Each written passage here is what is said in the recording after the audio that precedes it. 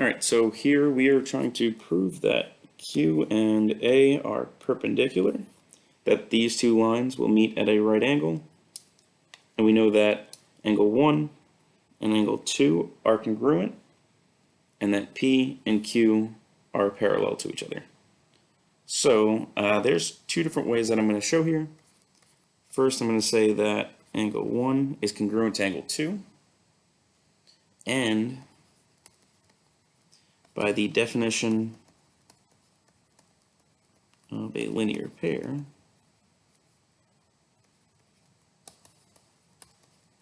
basically that they're adjacent and they're supplementary, angle 1 and angle 2 are a linear pair. So once I know that I have a linear pair and that linear pair is congruent to each other, I actually know that this has to be a right angle. I know that P is, P is perpendicular to A by the linear pair perpendicular theorem. And basically all that states is, is these two given statements lead to that conclusion. If we have a pair of congruent, if they are equal and they're a linear pair, then that leads to a perpendicular intersection between those two lines. So from here we could say we have some sort of corresponding angles there. We know that those are parallel. Actually, let's just do that one first, since I'm pointing it out. I'm going to say that, well, instead of that angle, I'm going to say that angle 2, and I'm going to make up an angle here. I'm going to call that angle 3.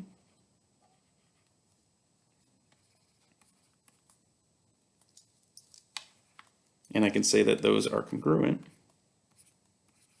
because of the corresponding angles postulate.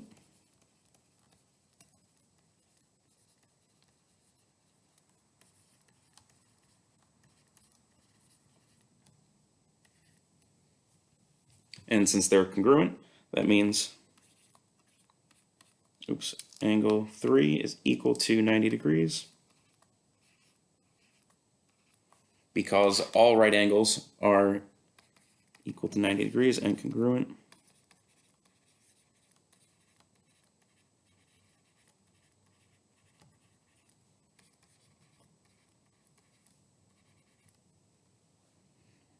And if that is a 90-degree angle, then Q must be perpendicular to A.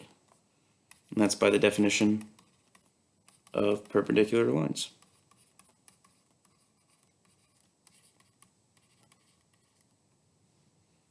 So that was one way to get to that statement. I'm going to show a separate way that doesn't require as many steps towards the end. Instead of having to show actually all three of those steps, we can just jump straight to Q being perpendicular to A because of one of the new perpendicular theorems that we learned about, the perpendicular transversal theorem.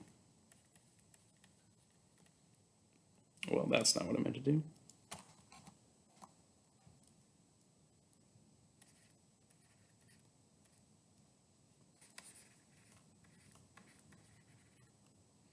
If we know that these two, I missed a given statement though. In here, I definitely have to state that those two lines are parallel to each other. Because given these two, that P is perpendicular to A and P is parallel to Q, the perpendicular transversal theorem says that Q and A must also be perpendicular. If the transversal is perpendicular to one of the parallel lines in a set of parallel lines, it's also perpendicular to the second one.